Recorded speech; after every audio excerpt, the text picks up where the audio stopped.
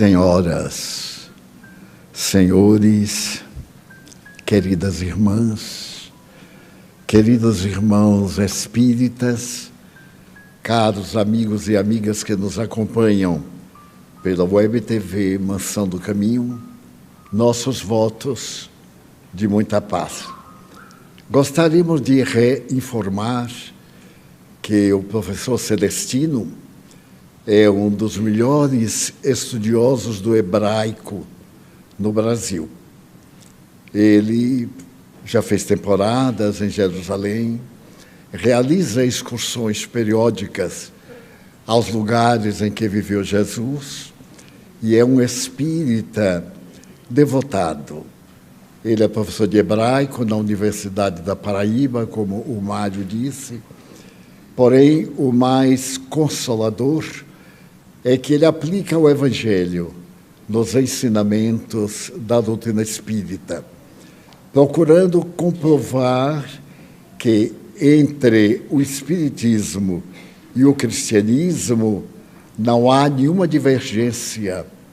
Pelo contrário, o espiritismo fundamenta-se essencialmente no Evangelho de Jesus. Nas conferências que ele tem feito pelo Brasil e por alguns países estrangeiros, inclusive Israel, ele tem procurado demonstrar a grandeza de Jesus, o homem, a grandeza de Jesus histórico e a grandeza de Jesus paranormal. Esse homem admirável, a quem pessoa alguma é comparável. Aliás, esta frase é de Ernesto Renan, o notável filósofo materialista do século XIX em Paris.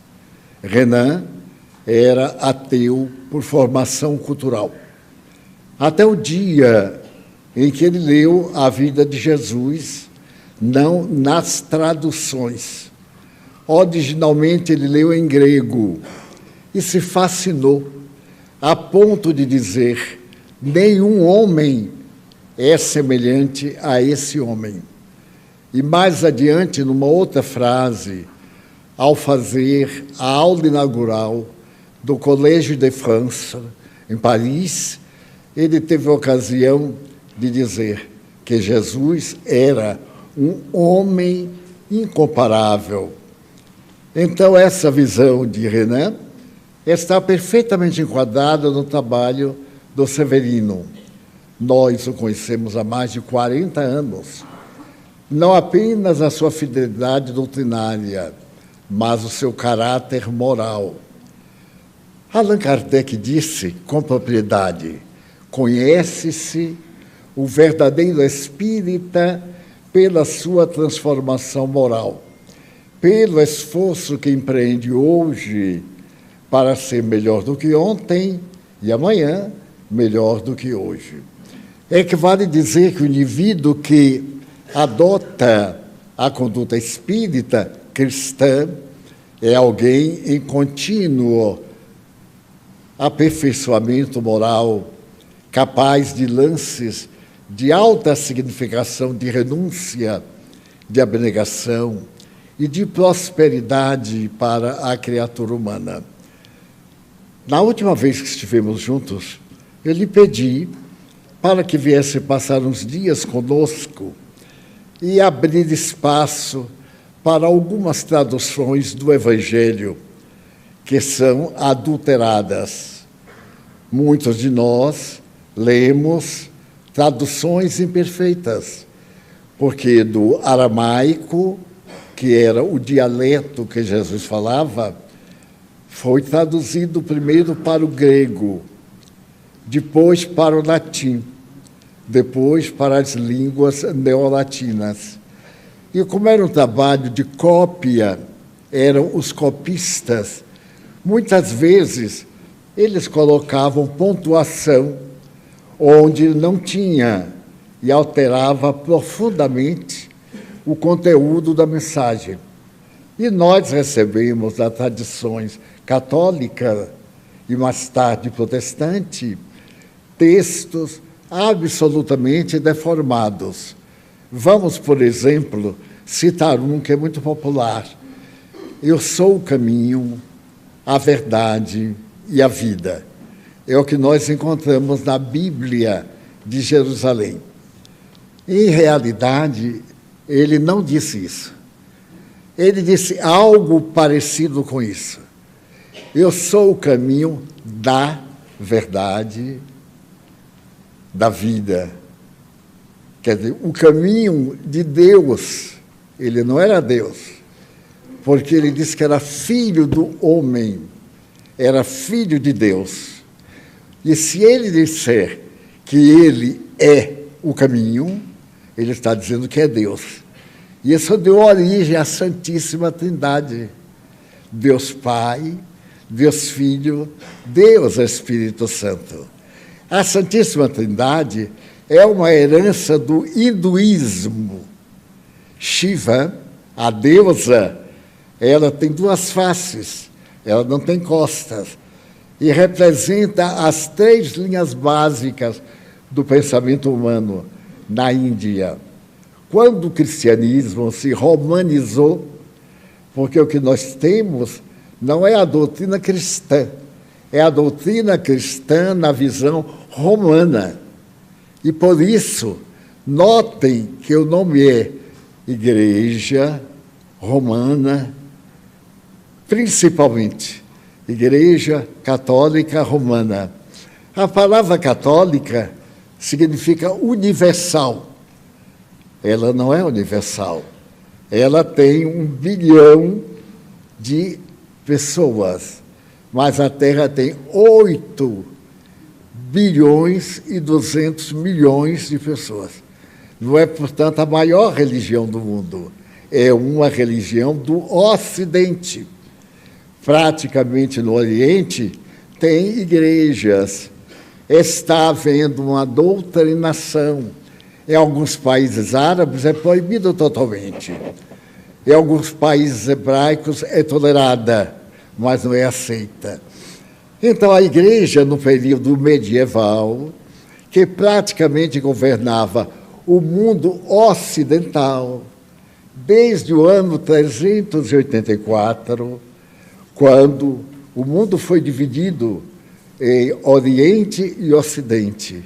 O Oriente tinha por capital Constantinopla e o Ocidente tinha por capital Roma. Daí havia 2 papas, um em Roma e o outro em Constantinopla.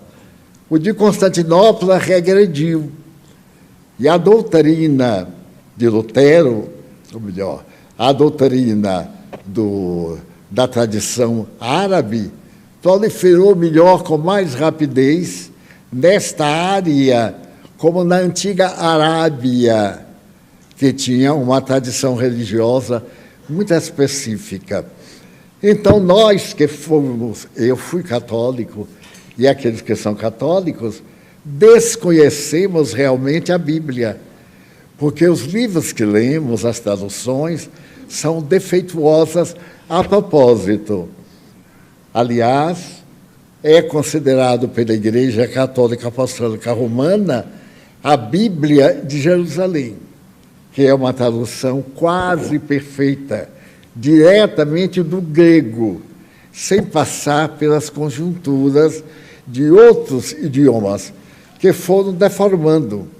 A questão é tão séria que na tradução das obras em latim foi criada uma frase: tradição, traição. Quer dizer, traduzir é trair.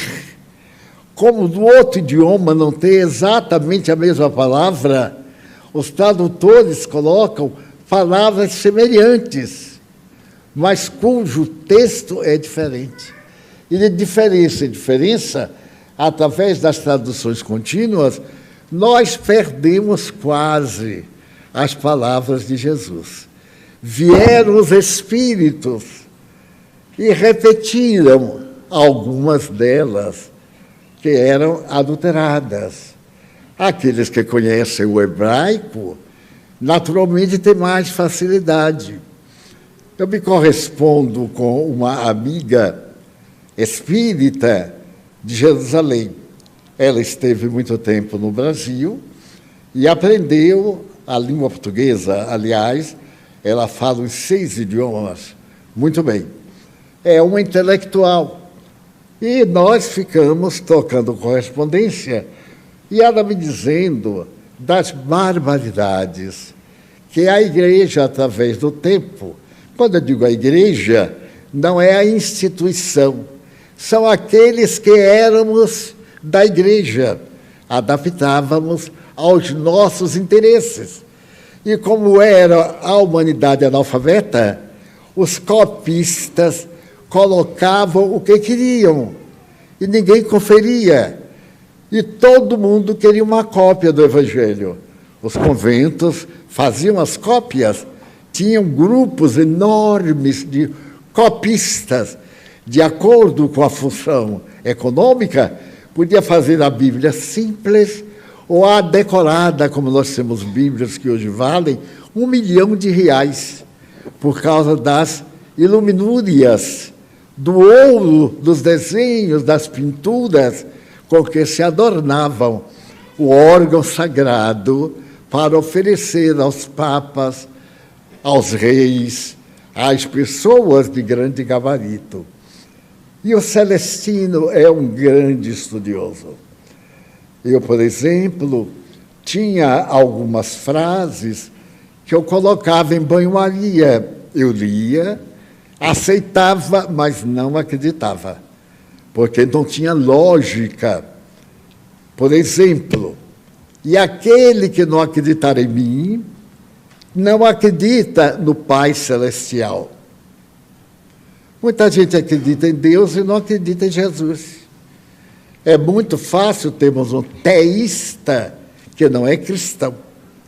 E esse indivíduo é digno de salvar-se, porque a gente não se salva pela crença que tem, mas pela conduta que a gente tem na crença. Do que adianta eu ser um espírita e um depravado.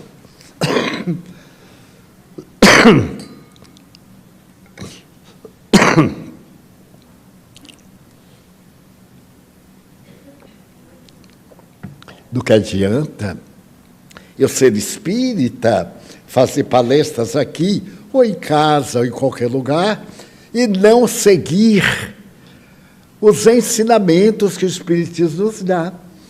O Espiritismo é uma filosofia de vida, como o cristianismo.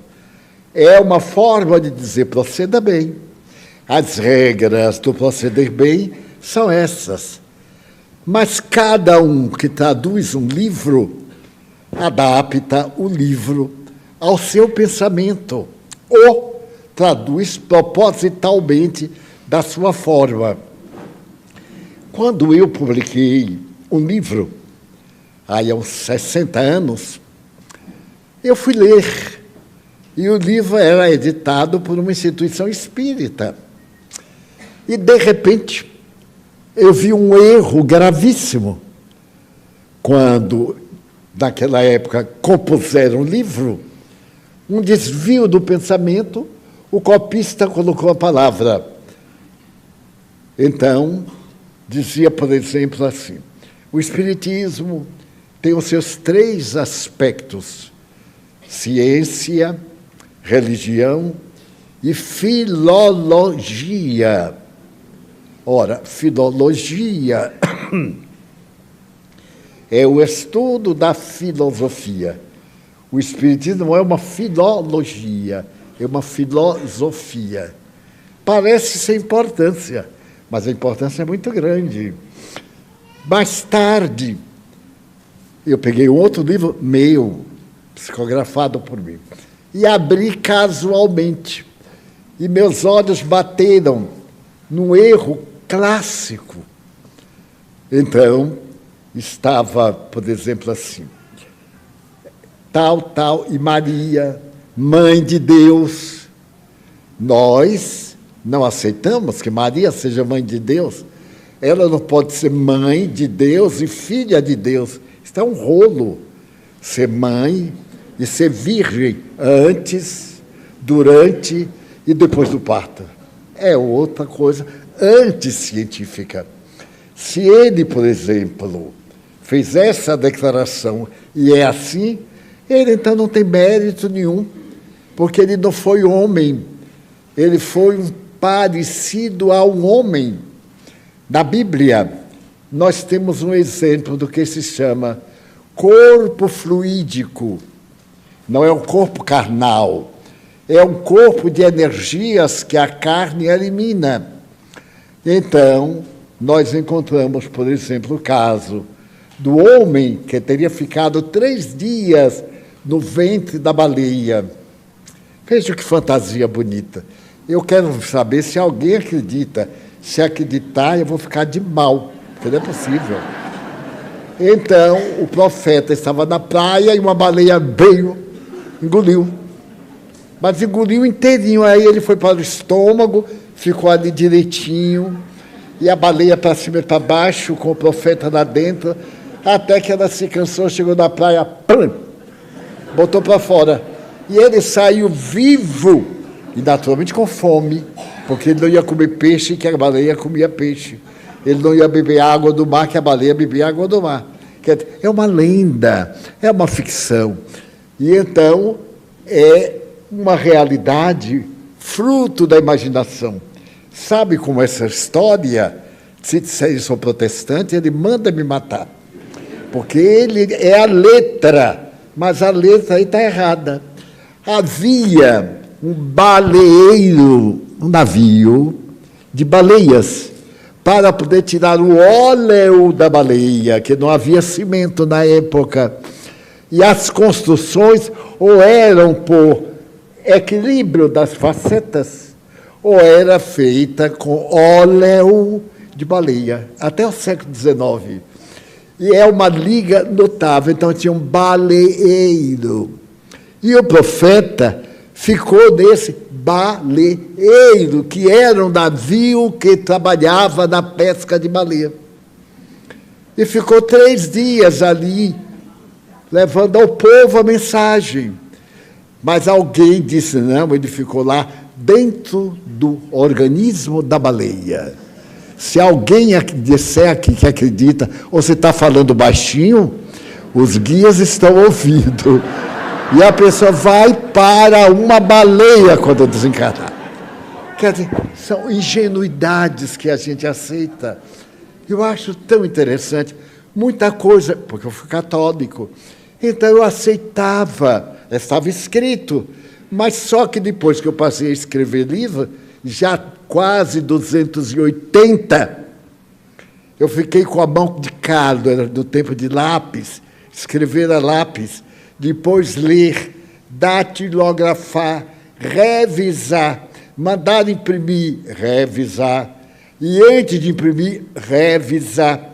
E o erro a gente passa, por exemplo, esse passou, eu virar Maria, Mãe de Deus. A gente fala tanto que cria um automatismo e a gente diz sem raciocinar. Como é que ele podia ser a Mãe de Deus, que é o autor da terra? Maria ainda não havia nascido e já era mãe? Então, era na Idade Média, eram as lendas, os mitos, as manifestações que constituíam a tradição. Então, nós temos a tradição e a tradução. São 2 coisas bem diferentes. Mas nenhum de nós se preocupou com isso, a maioria não preocupou. A gente aprendeu, ficou sabendo e não tem nenhum problema. Tem. Porque quando a gente cresceu e raciocinou, não acredita mais. Como é que eu vou acreditar? Que o homem ficou dentro do ventre de uma baleia sem fazer nada de joelhos. 3 dias depois ela vomitou e ele continuou. E foi morrer com 900 anos. Aí a desculpa é que o ano da tradição não tinha 365 dias. Então, vamos dizer que ele ficou a data exata, porque o calendário hoje é cientificamente comprovado. Pois bem, outra questão muito perturbadora, que Jesus tinha dito tal coisa. Vamos ver. Ele estava, aliás, me permitam contar antes um fato que aconteceu comigo. Numa das viagens, eu fui hospedado na casa de uma senhora, que na cidade era uma pessoa economicamente bem situada. E então, quando eu cheguei, ela me recebeu muito bem e me disse: Edivaldo, eu tenho um pedido a lhe fazer. Eu ainda nem tinha largado as malas. Eu digo: meu Deus, aqui vai ser duro, mas depois não, as ordens. É o seguinte, meu filho bebe muito. E eu espero que o senhor cure meu filho.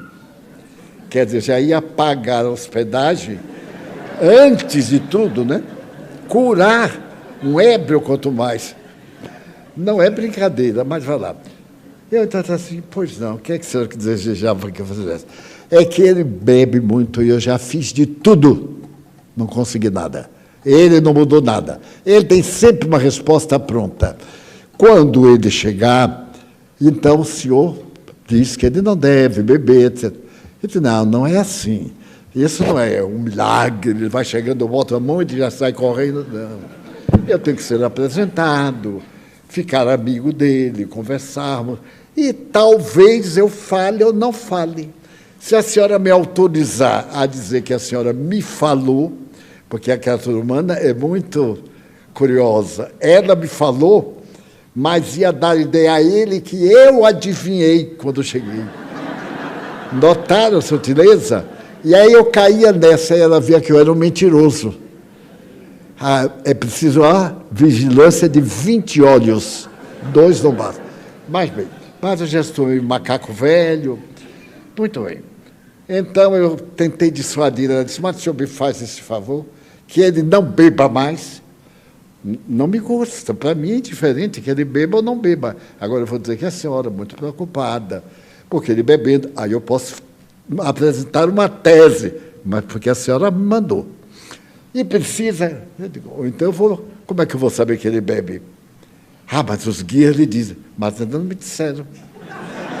Quem está me dizendo é a senhora. Vejam como eles testam. A velhotinha não era tão inocente, não. Mas bem.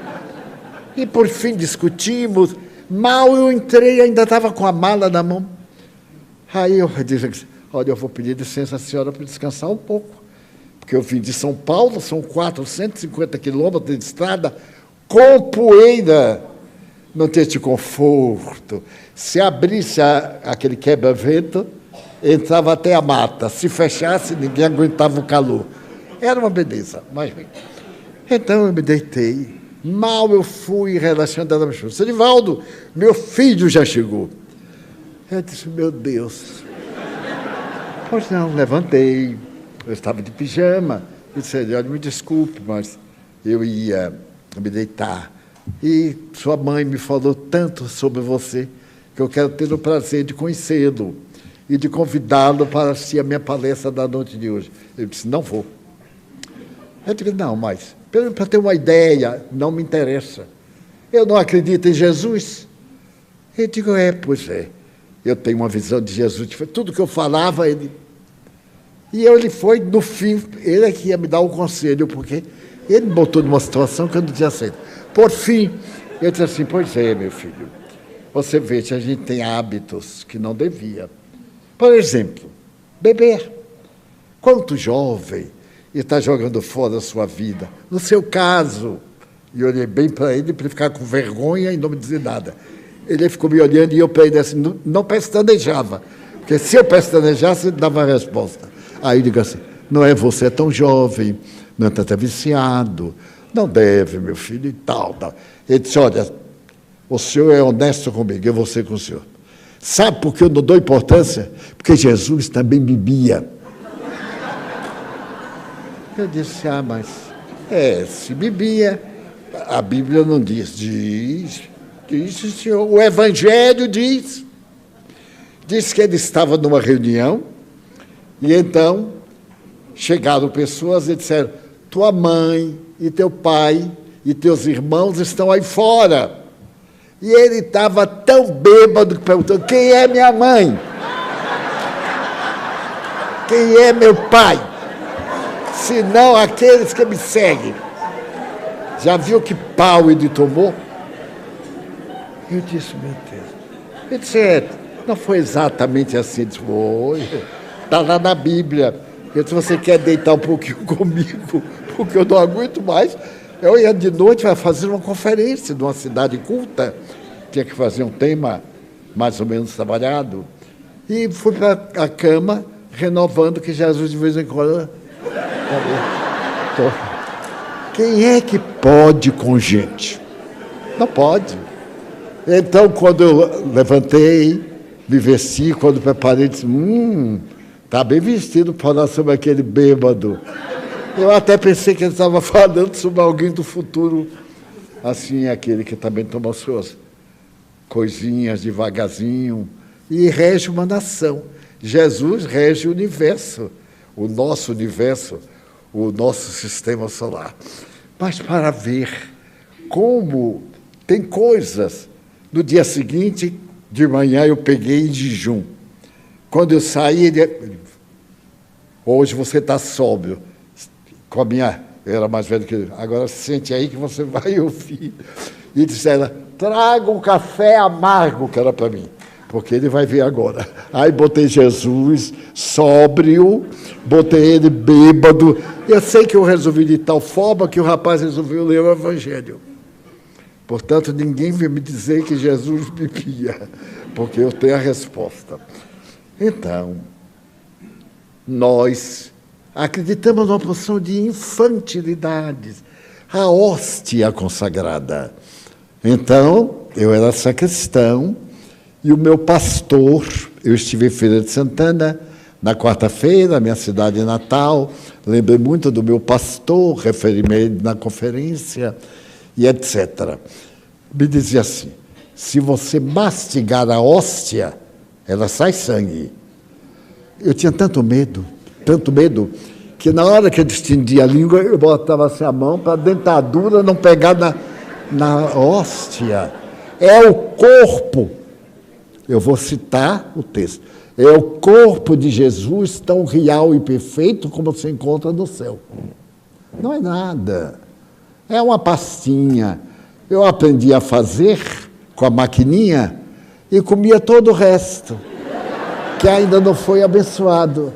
Agora o padre chegava às vezes não muito bem, porque ele também tomava seu vinhozinho, e já no terceiro vinho, na terceira missa, ele já estava um pouco trocando o X pelo Y.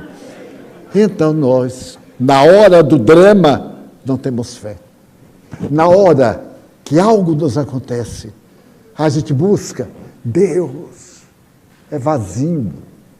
Meu Jesus, não tem um significado profundo. Por que esse preâmbulo? Ontem eu recebi o seguinte número de correspondência. Eu recebi 87 WhatsApps. 87. Para responder 87, tinha que passar o dia inteiro. 62 e-mails. 12 cartas convencionais, fora os pedidos de consulta. E pedido para fazer palestra, 11. Quer dizer, que se eu me transformasse em 10, não dava para atender. Mas, na medida do possível, eu respondo, quase todos. Não dá para responder todos. Imaginem o WhatsApp. É coisa do momento, só vou responder daqui a 20 dias, a 30. Eu sabe, mas, Divaldo, demora. Eu só tenho 2 mãos. E, mesmo assim, de tanto segurar o telefone, eu tenho o problema do cárpio. E tenho as mãos normalmente em câimbras. Já fiz terapia, já fiz choque, já fiz bloqueio 2 vezes. E agora eu estou fazendo terapia.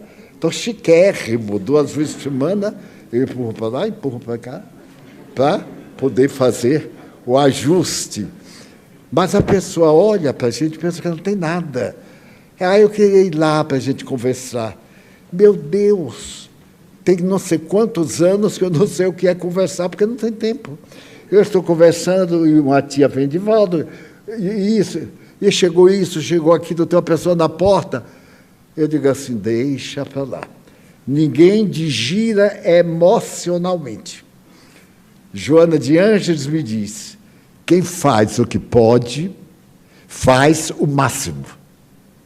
E claro, ele não pôde fazer mais, ele fez o máximo. Então, tem dia que eu faço muita coisa, tem dia que eu oro muito por aqueles que pedem e me respondem. Me fazem, às vezes, um WhatsApp com 15, 20 perguntas. Nem a gente, sendo Jesus Cristo, responde. Porque, para responder à doutrina, 15 perguntas é escrever um livro. Não, e depois não fazem a pergunta direta, fazem deixando sua opinião, para a gente confirmar. E depois dizem, olha, Divaldo disse isso e aquilo. Divaldo ou qualquer um de nós. E então, quando vem assim, eu digo, como você escreveu, a sua solução é muito boa. Porque já que você pensa assim, continue pensando. Não espere que a minha opinião vá mudar você. E não respondo. Porque a pergunta é feita para poder pegar aquela pergunta, publica no jornal, outra pessoa escreve, dizendo que não, que discorda, e aí nascem brigas. Então, comigo ninguém briga, porque não respondo. Tenho tanta coisa boa, maravilhosa, do Evangelho. Então, eu pedi ao nosso querido irmão Celestino para ele vir nos dar uma ajuda. Então, quem puder vir ao seminário dele, são só 3 dias, às 16 horas, aí prossegue, é grátis. Até que, enfim, uma coisa grátis, meu Deus. É grátis, a gente chega. Agora, não tem problema naquela hora, quando terminar e começar a palestra, porque a nossa lanchonete vai fazer uma preparação extraordinária, mas não é grátis. Tem que contrabalançar. Assim, podemos vir. Mas face a este prólogo, me chamou a atenção um bom número. Uma dessas solicitações era de uma psicanalista. Essa psicanalista contou-me mais ou menos o seguinte fato. Ela estava acompanhando na televisão e foi mudando de canal e caiu no canal turco. Havia um concurso na Turquia em que apareceram várias jovens muito bonitas, mas uma jovem era de uma beleza que ela nunca viu ninguém tão bela, tão perfeita. Então, ela focalizou e a imagem daquela moça penetrou no seu âmago. E, a partir daquele dia, ela ficou doente. Qual era a doença? Ela pegou o transtorno neurótico que aquela moça estava fazendo feitiço para ela. E que tudo que ela fazia de agora, daquele momento em diante, dava errado. Porque a jovem turca fez uma perseguição contra ela. Vamos dizer, ela passou a ter um transtorno esquizofrênico, a mania de perseguição. Ele está dizendo, não aguento mais. Eu sou psicanalista e lhe peço que me ajude. Ora, a psicanálise explica um fato desse muito facilmente. É um transtorno de natureza sexual por transposição. É que vale dizer, ela tem conflitos na área sexual. Mas eram conflitos não estabelecidos. Eram conflitos interiores. Até quando ela viu aquela moça tão extraordinária, então teve um choque sexual de encontrar uma imagem que a satisfazia plenamente. Mas, como seu inconsciente é turbado, ela achou que não mereceria o amor de uma pessoa tão bela. E então a pessoa ficou sua inimiga, passou a perturbá-la. Porque nosso inconsciente é muito atrapalhado. A gente dá assim uma frase e dá para escrever um livro dessa frase. Então, era um transtorno psicanalítico, e ela é psicanalítica. Então, hoje, eu reservei 1 hora para atender esta alma, porque eu sei o que é ideia fixa. É uma coisa horrível. A gente não tira da mente. A gente come, dorme, levanta, perde a consciência, acorda com a ideia, martelando. É uma fixação que o espírito absorve e transforma em realidade. Daí, trabalhei muito para... Eu interpreto, eu não sou psicanalista, mas eu interpreto psicologicamente, desta forma. A senhora tem um grande conflito de natureza sexual, não se casou, tem sido uma pessoa de bom comportamento moral. Então, o ideal será a senhora queimar energia fazendo bem a quem a senhora perceba que tem necessidades espirituais. Visite doentes que não podem falar e vá conversar com eles.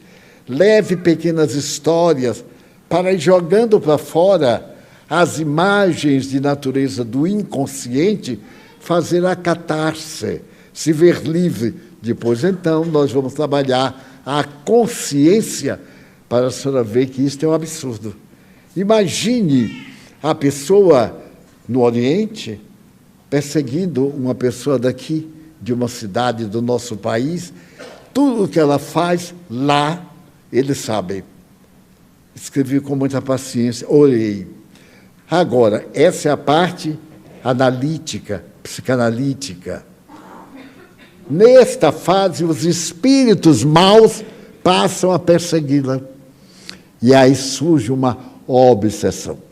Aí a pessoa é obsidiada como consequência. Não é como muitas vezes tem um surto, causa, e daí a pouco vem o distúrbio de natureza psiquiátrica. Começa com uma invasão espiritual e termina com o distúrbio da organização cerebral. Que fazer? Não cultivar ideias perturbadoras. Toda vez que uma ideia ficar em nossa mente por mais de 1 hora, perigo, sinal vermelho. Procure substituir, porque você vai esquecer, mas a mãe de manhã vai lembrar. E depois vai ficar dependendo, de quando em quando se lembra. Aí passa para o capítulo dos sonhos e vai ter um distúrbio muito grave na sua personalidade. Daí, a terapia do Evangelho. Pense no bem, faça o bem, porque o efeito será sempre o bem da criatura humana. Eu tive um problema uma vez, ou alguém teve um problema comigo. E esse problema se transformou numa inimizade. Eu fiquei magoado, como era natural, e deixei passar. Fui trabalhando minha mente, porque não é justo que alguém nos perturbe. Eu não dou direito a ninguém me perturbar. Eu tenho minha vida, não vou deixar que os outros me atrapalhem. Eu digo assim, coitado, deve estar obsidiado, coitado, deve estar com lepra, coitado. Aí vou dando as coisinhas leves para o outro, e aí me conforto e fico ótimo. Senão eu fico sofrendo e a pessoa se divertindo. Não dou esse prazer. Pois bem, então eu comecei a orar, porque eu fiquei realmente magoado. Quando me lembrava, eu sentia o gosto amargo do fígado, que era o efeito do dano íntimo, me causou um dano íntimo. E orava, a princípio orava com um pouquinho de raiva. Que Deus te abençoe, miserável. É uma forma de preço. Depois que ele já era miserável, Deus te abençoe, meu irmão. Já me igualei a ele. E no fim, eu me lembrei que a nossa convivência foi tão agradável que aquele incidente é como a gente viaja, fura um pneu, não vai tomar ódio do automóvel, substitui o pneu. Então, nós às vezes nos contrariamos por burrice, por capricho, querem que todo mundo dependa da gente. É o tipo da infantilidade. Se a pessoa não vai comigo, Deus te acompanhe, porque outros vão. E se não vai ninguém, que bom, porque a gente fica com Jesus e não dá tempo para ninguém nos atrapalhar. Mas, bem, passaram-se 6 anos e eu me esqueci do problema, é claro. Certo dia, eu recebo um e-mail dizendo assim: eu gostaria de lhe telefonar. Você acha que eu posso?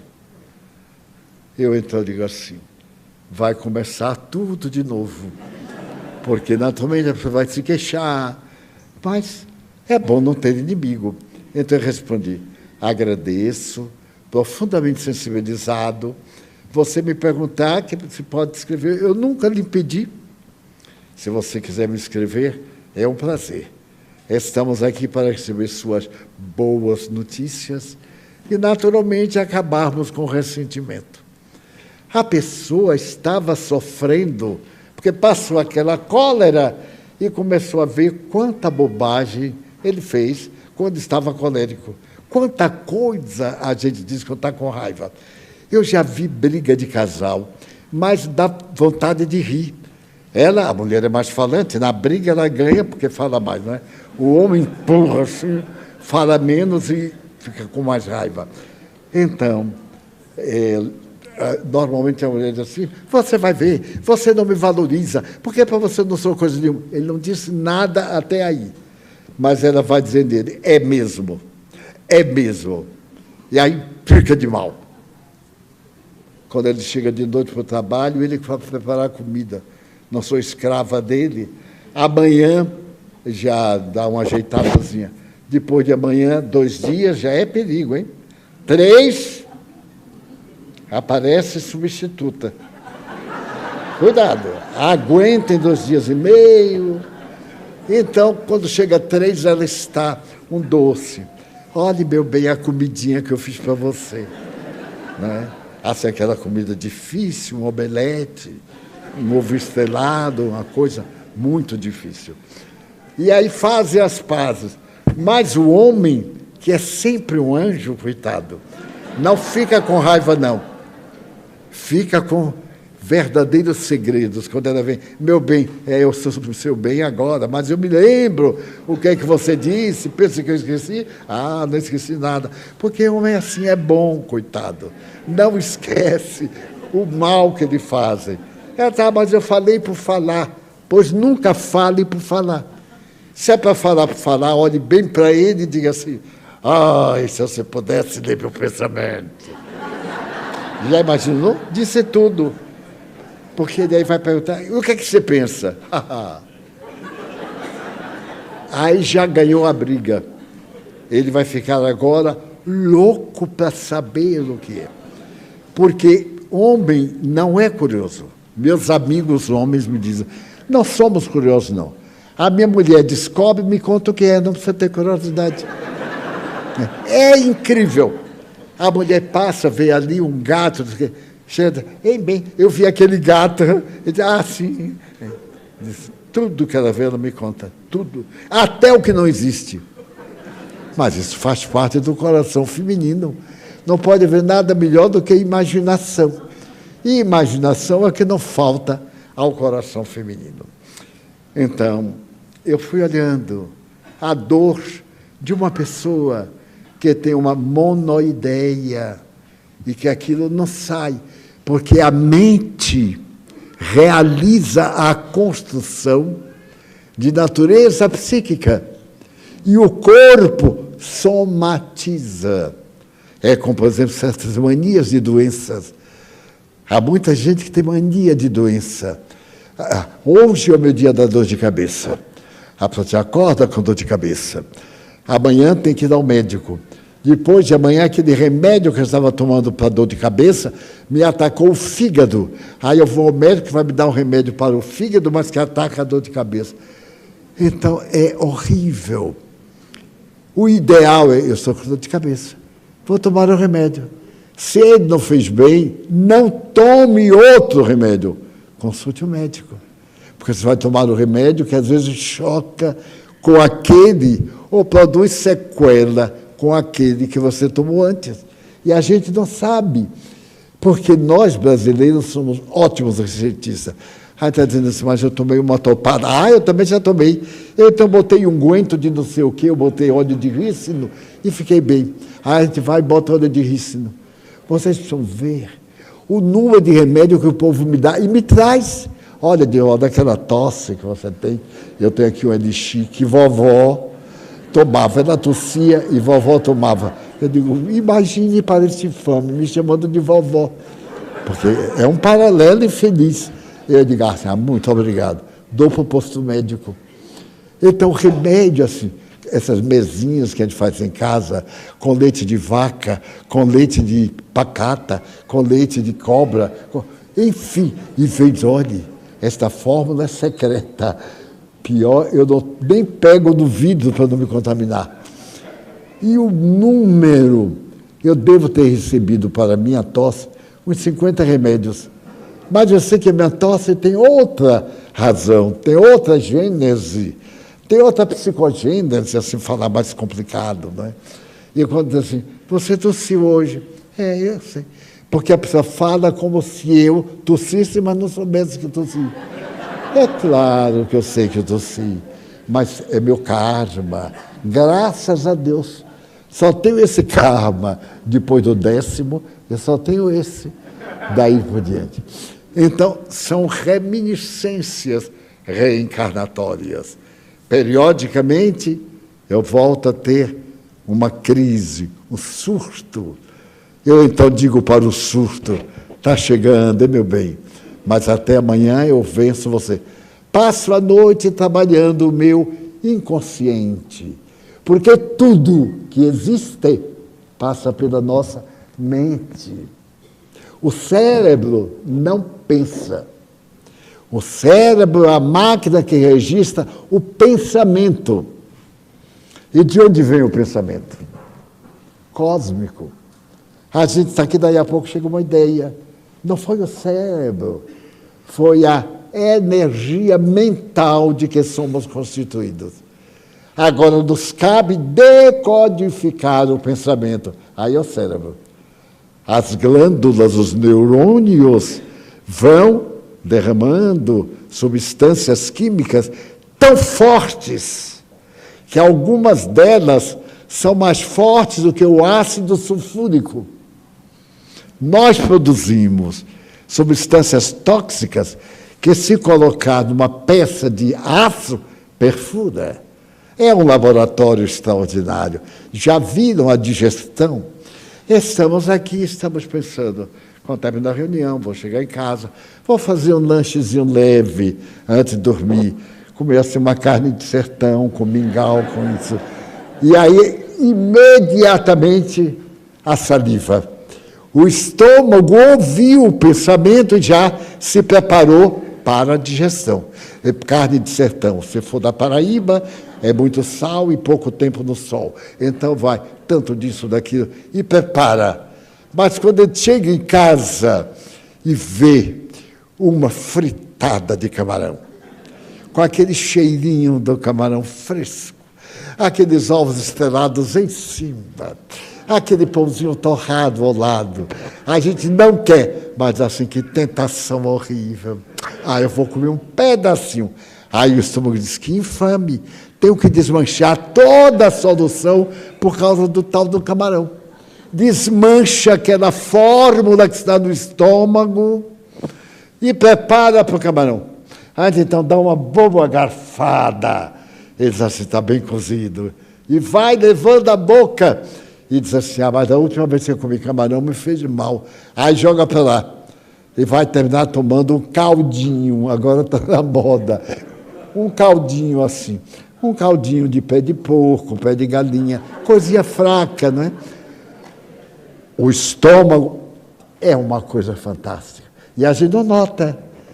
Mas muitas vezes nós não demos tempo ao estômago, porque eu conheço pessoas que antes de acabar de se vir já tomou o que entrou para depois. A rapidez. O estômago não teve tempo. Então faz mal. Então a gente diz assim, não me caiu bem. Não caiu bem mesmo não, porque nem deu tempo de cair. Então a nossa mente tem que ser reeducada. Eu, então, escrevi para o meu amigo e disse que ficaria bem homenageado se ele me escrevesse. No outro dia ele me escreveu, dizendo que reconhecia isso. Então eu digo assim, vamos trocar correspondência sobre Jesus? Porque sobre nós é um desastre. Você se lembra do que falou? Eu também falei, que eu não sou mudo. E então vamos falar sobre Jesus, que a gente tem muita saudade, não entende bem. E então ele diz assim, e quando tiver de perdoar, perdoa, não uma vez, mas 7 vezes. Eu então me lembro que Chico Xavier me contou um fato muito bonito do perdão.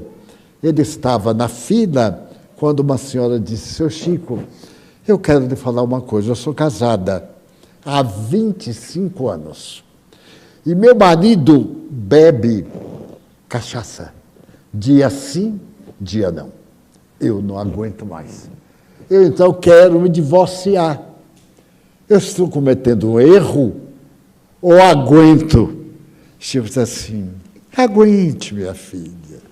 Mas, Chico, 25 anos, dividido ao meio, 12 anos e meio. Olha, Jesus disse perdoar 70 vezes, 7 vezes. Eu já perdoei mais de 1000 vezes, 50 vezes. Aí Chico ficou num apuro. Emmanuel, o guia, disse assim, diga para ela que ela não perdoou o suficiente. Jesus disse, perdoar 7 vezes, 70 vezes, cada erro. Aí não dá para acabar nunca, mas é para não acabar nunca, para ficar perdoando. Bom, aí Chico disse, aguente mais um pouquinho, já que você vai perdoar amanhã, deixa eu perdoar segunda-feira, e vem aqui. E disse assim, eu vou prolongando. Passou, mas a mulher não voltou. Eu viajei. Quando eu voltei no ano seguinte, eu perguntei assim, Chico, e aquele caso do perdão? Ah, Divaldo, eu não te conto. Daí 1 mês ou 2, eu vi da filha uma senhora de preto. Preto antes era luta, agora eu estou de alegria, se veste preto. E quem tem bom senso está na moda, preto nele. Então, eu hoje botei roupa de alegria. Muito bem. E quando eu olhei, eu digo, quem morreu? Ela chegou até mim e eu disse, minha filha, você está de luta? Eu disse, estou, seu Chico. Meu marido morreu.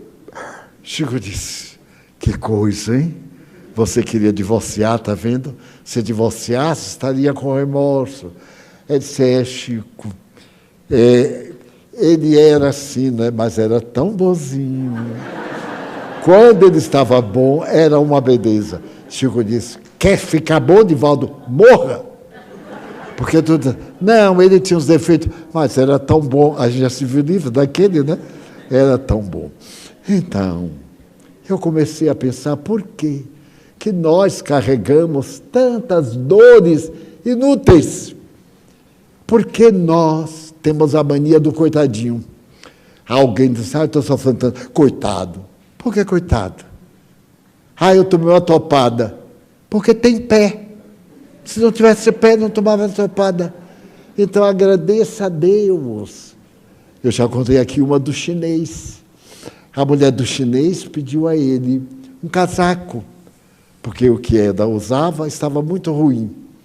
O chinês olhou para ele e disse assim, se eu lhe der um casaco novo, o que é que você fará com o casaco velho? Eu desmancho e faço uma coberta para a cama. Muito bem. E o que é que você vai fazer com a coberta velha? Eu vou cortar e vou fazer 2 fronhas. E o que é que você vai fazer com as fronhas velhas? Eu vou cortar bem direitinho e vou fazer uma massa para tapar os buracos da choupana. E daí deu o casaco. Porque uma coisa substitui a outra. Mas nós, por mais que tenhamos, achamos pouco. Outro chinês estava lá e era sustentado por um cavalo que o filho tomava conta. Quando foi um dia, o cavalo desapareceu. E o chinês ficou sem nada. Um vizinho disse, mas que pena, hein? O seu cavalo desapareceu. O chinês disse, não sei se foi bom, se foi mal. Vamos ver.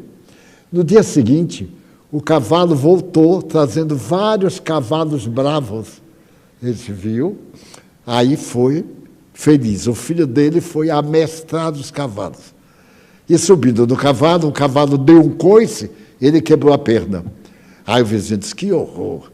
Seu filho quebrou a perna. Ele disse, olha lá, eu não sei se é bom, eu não sei se é mal. Vamos ver. No dia seguinte, chegaram a autoridade do governo para inscrever jovens para a guerra contra o Japão. Mas como o filho dele estava de perna quebrada, não foi para a guerra. Ele disse, viu? Sempre acontece o melhor. É só a gente ver o lado bom das coisas. E é mesmo. Toda vez que me acontece uma coisa desagradável, eu já me preparo para a coisa boa que vem aí. Porque Deus é amor. E Ele não quer que nós soframos. Ele quer que nós sejamos felizes. E nos ensinou as regras da felicidade. Faça a outrem o que você gostaria que outrem lhe fizesse.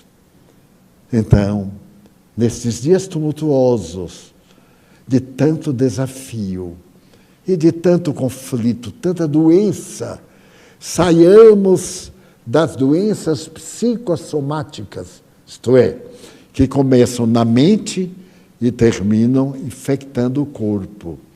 Por exemplo, a gente acorda indisposto e fica, mas eu estou hoje tão indisposto, eu estou com algo no estômago. Não sei, eu dormi mal. Não, a gente está piorando. Né? Quando a gente acorda, está indisposto, então diz tranquilamente, hoje eu não estou tão bem, vou tomar um remédio e fazer tudo para ficar bem. Então, quando assim, fica logo de cara fechada, porque está fazendo mal, e aborrecido, arranjando um pezinho para a briga, tem que brigar. Então, quando eu estou ruim, eu fico arranjando coisa que me distraia. Eu me lembro de anedota que eu acho graça, aí eu rio, sozinho. Eu digo, se alguém me ver agora, vai dizer, olha, ele está ouvindo algum guia. Não, eu estou ouvindo uma anedota, uma promessa, uma alegria de viver, qualquer coisa que faça bem, porque nós fomos criados para a felicidade. Quando eu me lembro disso, eu já me sinto feliz de véspera. Ao deitar, eu tenho uma conversa com Deus, mas é uma conversa de amigo íntimo. Nesse negócio, meu Deus, ele diz, olá, me guie até amanhã, hein? Eu espero amanhã acordar bem. Eu não tenho dormido bem, eu espero que o Senhor me ajude. Olá, o Senhor é meu Pai. Se o negócio for ruim, eu sei de quem é a culpa. E ele ouvindo, diz assim, vou trabalhar para que ele não me culpe. No outro dia eu estou ótimo. Não, mas também às vezes no outro dia eu estou pior. Eu digo, o que é isso? Não ouviu o que eu lhe falei, não? Aí eu tomo passe. Tenho as minhas técnicas. Eu peço ao Mário Sérgio, Mário, me aplique um passe. Vocês peçam sempre a pessoa saudável. Não peçam passe àquela pessoa magrinha. Não tem o que dar. Peçam a pessoa não gorda, mas forte, que faz academia.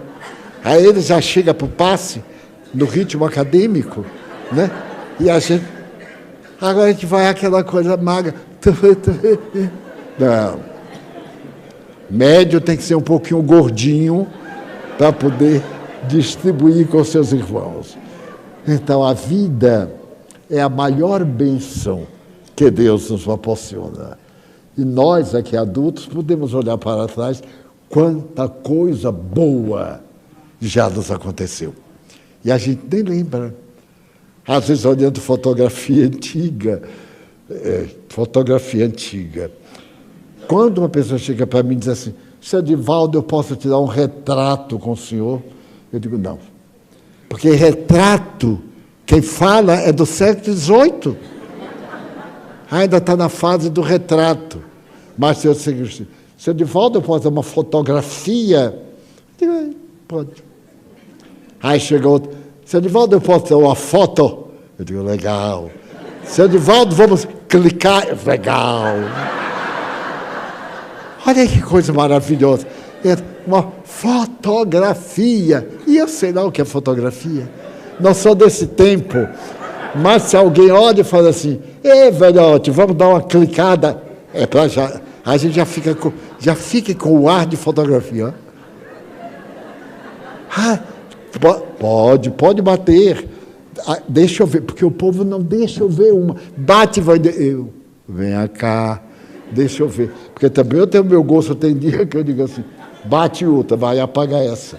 Porque também tem dia que o meu caboclo está de cabeça para baixo, fotografo, e depois, olha o Divaldo. Não sou eu. Foi o dia que eu era bom. Então vamos amar. Vale a pena viver. Vale a pena amar ao marido borrado, cheio de novidade, que já está cansado, que precisa de carne nova. Carneirinho é que gosta de carne nova. Pega a carne velha mesmo, bota lá no fogão, deixa ela ficar assim, chique, com fumaça. A gente vai no restaurante para comer carne enfumaçada. E fumaça em casa. Bota lá. Mas agradecer a Deus a dádiva de poder pensar. Quando me fez algo, eu lembro de um amigo que está com um problema muito grande. Eu digo, meu Deus, se fosse eu. E agradeço, não ser eu, mas aí eu peço por ele. Notem como a vida vai perdendo aquela coisa desagradável que a gente coleciona. Brigou com o companheiro, não mantenha, não. Chegue depois, meu bem, me desculpe, então foi uma hora feliz. Você não tem vergonha de dizer assim, é verdade, não tenho mesmo, não. Para que eu vou ficar de mal com você? Aí eu tenho que arranjar outro. Nem acho, e o que eu acho vai ser até pior do que você, já estou conformada, então fique em paz comigo, Deus te abençoe. Eu vou fazer uma prece, vou orar lá no centro, vou botar seu nome nas vibrações, entenderam direta? Eu estou dizendo que quem não estiver muito bem, bota o número de fulano de tal, bota na mesinha lá para os guias visitarem fulano de tal. E se estiver feliz demais, eu estou feliz demais, estou dando metade da minha felicidade para alguém. Os guias vão, tiram metade e levam, e a gente é feliz. O valor da vida é amar. E se nós pudéssemos, diríamos, Senhor, eu quero agradecer-te a dádiva de viver. Muito obrigado, Senhor, por tudo que me deste, por tudo que me dás. Tudo que nós temos é grátis, é dado. Quanto nos custaram as lágrimas da mãe na hora do parto? Quanto nos custaram 9 meses, carregando no ventre, às vezes, com problemas orgânicos. O ar que nós respiramos é grátis. Já pensaram se uma bomba atômica ou uma bomba de outra natureza contamina o ar e a gente não pode respirar? As águas, a vida é tão curiosa. Um dia um amigo me disse, Divaldo, você sabe que eu acho o preço da gasolina muito baixo? Eu disse, por quê? Ele disse, porque você imagine, naquele tempo, 1 litro de água mineral custa X. A gasolina, que é trabalhada, custa a mesma coisa. E a água mineral é só jogar no balde e tira. E eu vi que ele tinha razão. Eu passei a valorizar a água mineral. Não desperdiço água. Eu fazia barba com a torneira aberta. Não me dava conta. Mas por que tem que ficar aberta? Para não fechar toda hora? Mas isso é bom. O músculo foi feito para nós agitar. Eu abro, boto o pincel, né? Vou limpar o aparelho, abro.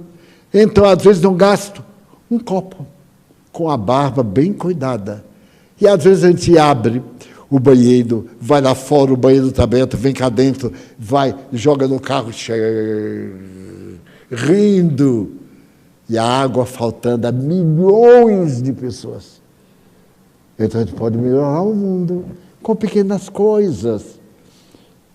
O excesso de comida, os bares, restaurantes, não podem dar o resto de comida, porque as leis não permitem. Porque se alguém comer e passar mal, o restaurante tem que cuidar daquele indivíduo, porque ele dirá que foi a comida que fez mal. Porque nós somos assim, somos ingratos. Comemos um ano, mas um dia o organismo está bem, a gente lamenta, xinga, revolta, a culpa foi. Mas como foi culpa? Acontece com todos. Hoje aconteceu. Mas não deixar, então, amanhã não venha comer. Nada, amanhã está firme. É somente torcer a mente, botar a mente em boas aspirações. Vamos agora sintonizar com a fonte de sabedoria para tomar nossos passos e sairmos daqui com alegria, porque logo mais nós teremos o nosso seminário de saúde mental. Outubro está chegando, é o mês de Allan Kardec, e etc. Então pedimos aos médiuns, aos companheiros doutrinários, para que tomem os seus lugares. Senhor, nós te pedimos, pelos companheiros que aplicam passes, pedimos-te também por cada um de nós que aqui está presente, pelos nossos familiares, pelos nossos amigos, pelo nosso lar. Abençoa, amigo querido, aqueles a quem nós amamos, mas também aqueles que não gostam de nós, que nos perseguem e, falando mal, dificultam a nossa jornada. Nós te pedimos pelos suicidas, aqueles que não suportaram o peso da cruz. Pedimos pelo nosso irmão Antônio Carlos, para que seja feliz da sua cirurgia e recupere do problema de saúde que o aflige. Também te pedimos por todos aqueles que nos dão os seus nomes para as orações da noite. Nós te rogamos pela nossa casa, pelo ninho de misericórdia, de paz, de saúde. Ah, Senhor, como nós te pedimos misericórdia para o Brasil, paz para nosso lar, nossa pátria, paz para o mundo. Senhor, tem piedade de nós. Somos ovelhas desgarradas do sentimento sublime da tua doutrina.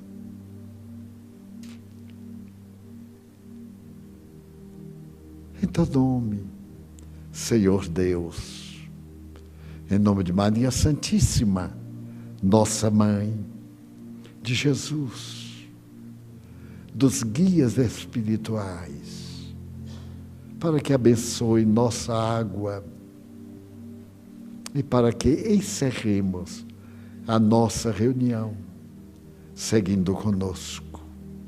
Está encerrada a nossa sessão. Muita paz.